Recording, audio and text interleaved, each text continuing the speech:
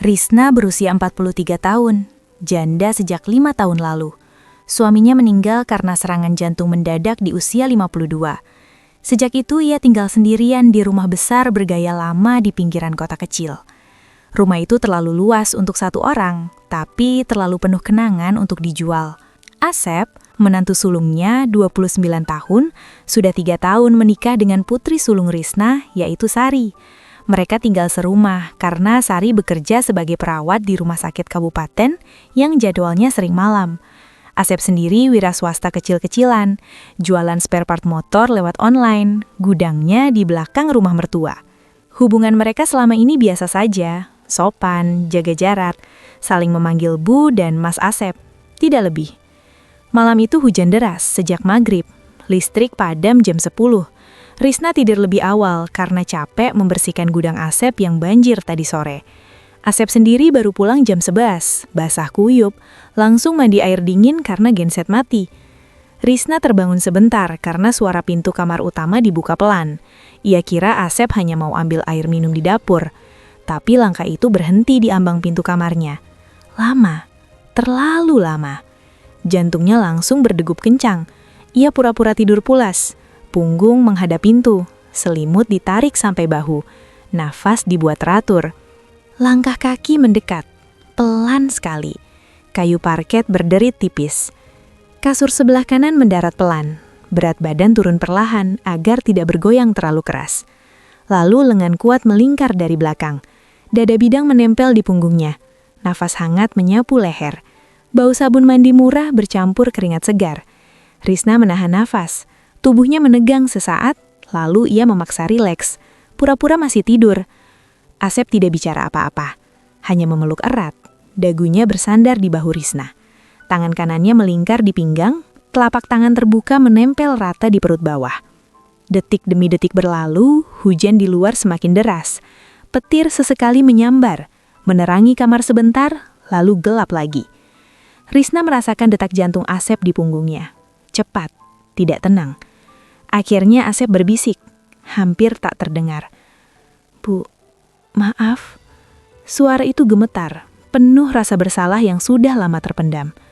Risna tetap diam, mata tertutup rapat. Tapi air mata mulai menggenang di pelupuk. Asep menghela nafas panjang. Aku tahu ini salah. Aku tahu aku menantu paling bodoh di dunia. Tapi aku capek pura-pura setiap hari. Capek lihat ibu sendirian. Capek denger ibu nangis diam-diam di dapur jam 2 pagi. Capek pura-pura nggak notice kalau ibu suka lirik aku lebih lama dari yang seharusnya. Risna menggigit bibir dalam. Air mata akhirnya jatuh ke bantal. Asep terus bicara. Suaranya semakin pecah.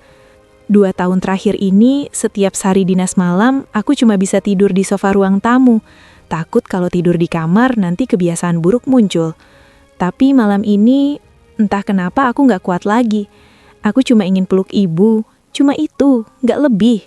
Kalau ibu bangun dan marah, pukul aku, tendang aku keluar rumah. Aku terima, tapi malam ini aku cuma minta izin diam-diam buat peluk sebentar. Risna merasakan lengan Asep gemetar. Pelukannya semakin erat, tapi tetap hormat. Tidak ada gerakan yang kelewatan, hanya hangat tubuh yang saling mencari. Risna akhirnya bergerak pelan. Ia memutar badan perlahan sampai menghadap Asep. Mata mereka bertemu dalam gelap, hanya diterangi kilat sesekali. Risna berbisik, suara serak karena menahan nangis. Kenapa baru sekarang bilang? Asep terkejut, matanya membelalak. Bu, ibu sudah bangun. Risna mengangguk tipis. Dari awal. Asep langsung melepaskan pelukan, mundur ke belakang, wajahnya pucat.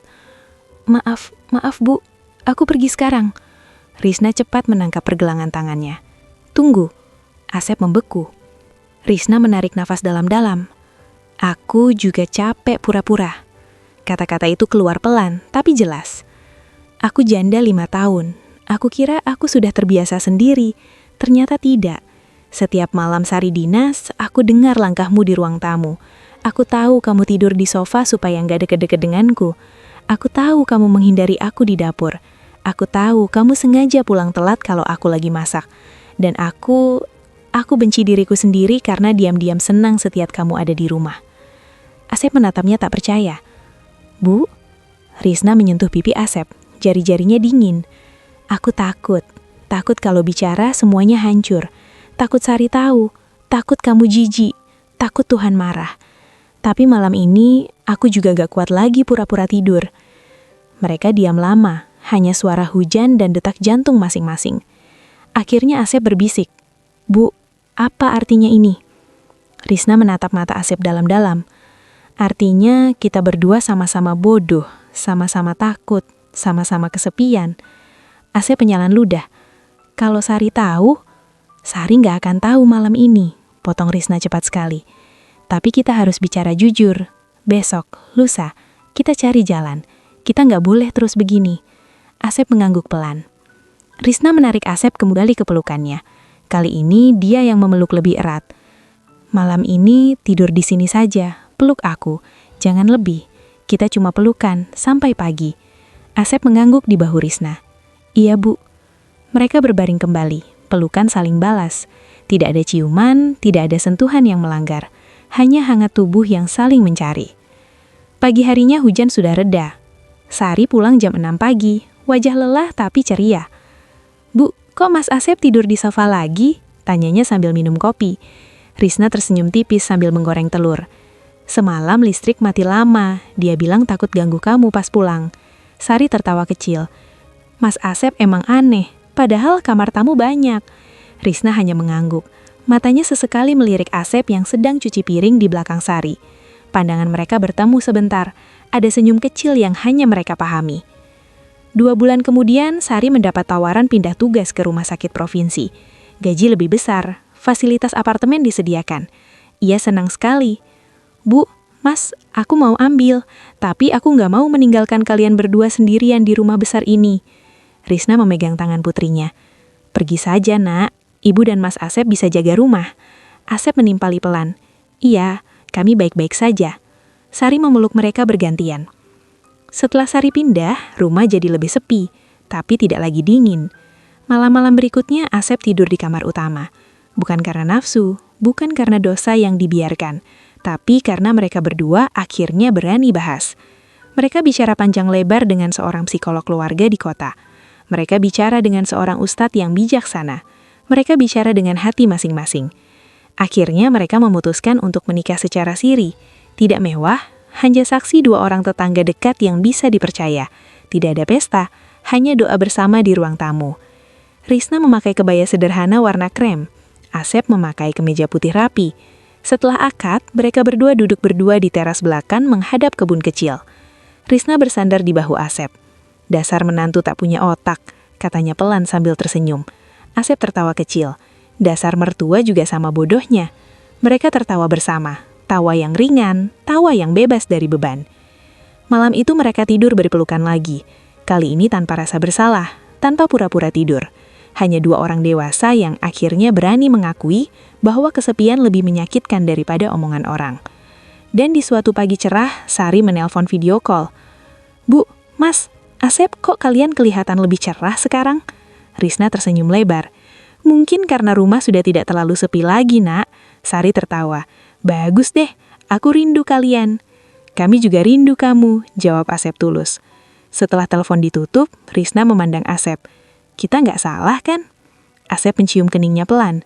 "Kita cuma manusia yang akhirnya berani jujur sama perasaan sendiri. Itu nggak salah." Risna mengangguk. "Terima kasih sudah berani peluk aku malam itu." Asep tersenyum. "Terima kasih sudah nggak marah dan nggak usir aku." Mereka berpelukan lagi di bawah sinar matahari pagi.